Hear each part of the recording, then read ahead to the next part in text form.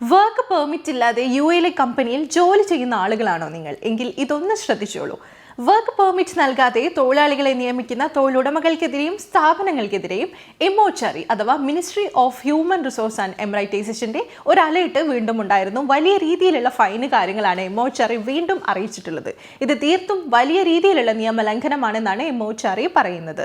സ്ഥാപനങ്ങളായാലും വീട്ടുജോലിക്കാണെങ്കിലും പരീക്ഷണാടിസ്ഥാനത്തിൽ പോലും work permit ഇല്ലാതെ തൊഴിലാളികളെ നിയമിക്കരുതെന്നാണ് MHRE അറിയിച്ചിട്ടുള്ളത്. ഇതിനോട് കൂടെ തന്നെ മറ്റൊരു കാര്യം കൂടി ഓർമ്മിപ്പിച്ചിട്ടുണ്ട്. ലൈസൻസ് ഇല്ലാതെ ഗാർഹിക തൊഴിലാളികളെ നിയമിക്കുന്നത് ഗുരുതരമായ കുറ്റമാണെന്നും ഏകദേശം 1 വർഷത്തെ തടവ് ശിക്ഷയും 2 ലക്ഷം ദിർഹം തൊട്ട് ഓൾമോസ്റ്റ് 1 മില്യൺ ദിർഹം വരെ ഫൈനായിട്ട് കിട്ടുമെന്നുള്ള കാര്യമാണ് MHRE അറിയിച്ചിട്ടുള്ളത്.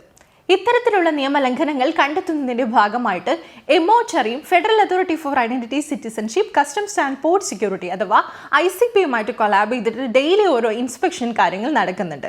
ഈ ഇൻസ്പെക്ഷനിലെ കാര്യങ്ങളിലൊക്കെ വലിയ രീതിയിലുള്ള നിയമലംഘനങ്ങൾ സ്ഥാപനങ്ങളുടെ ഭാഗത്തു നിന്നോ തൊഴിലുടമയുടെ ഭാഗത്തു നിന്നോ കണ്ടെത്തിയിട്ടുണ്ടെങ്കിൽ അവരുടെ ലേബർ കോൺട്രാക്ട് സസ്പെൻഡ് ചെയ്യുകയും അതുപോലെ തന്നെ പുതിയ വർക്ക് പെർമിറ്റ് എടുക്കുന്നത് ക്യാൻസൽ ചെയ്യുകയും കൂടാതെ 1 മില്യൺ ദിർഹം വരെ ഫൈനും കിട്ടും.